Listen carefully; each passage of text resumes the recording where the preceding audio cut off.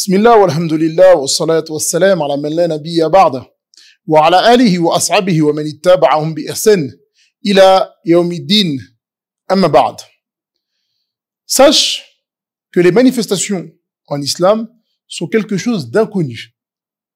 Et comme on a l'habitude de rappeler nos savants, les manifestations, toutes les manifestations sont interdites.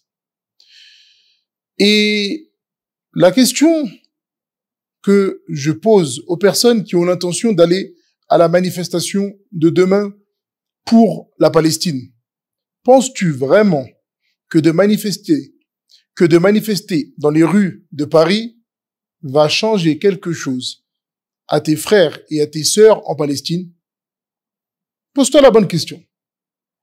Manifester à Paris, c'est ça qui va faire qu'il y aura du changement au niveau de la Palestine? À côté de ça, qu'est-ce qu'il va y avoir dans cette manifestation? Comme c'est connu, il y a de la mixité, il y a des fois de la musique, il y a des fois des gens qui viennent à ce genre de manifestation pour voler, pour casser, pour toucher des femmes. Voilà, en quelques points, qu'est-ce qu'on trouve dans ces manifestations-là? Et ce qui est le plus étonnant, c'est que tu trouves des milliers de personnes à ces manifestations, à l'heure, déterminées. Mais lorsque la prière du Fajr, elle sonne, personne à la mosquée. Et il est possible que, à l'heure de la manifestation, ça soit l'heure de l'une des prières.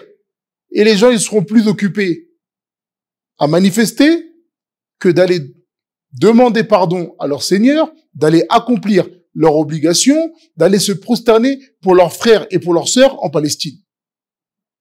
Voilà ce qui est le plus étonnant dans tout ça. Donc, comme on a l'habitude de le dire, et on se répète, les manifestations sont interdites.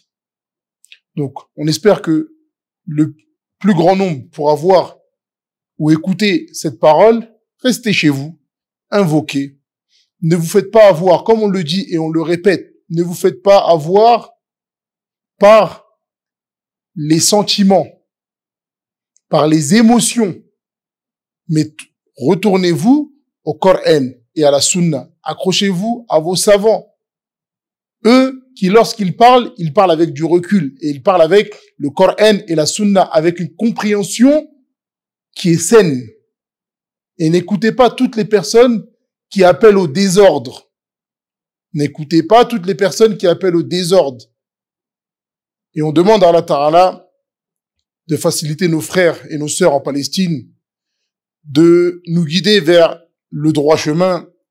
Allahu musta'an, wa sallallahu ala nabiyyina Muhammad wa ala alihi wa ashabihi ajma'in.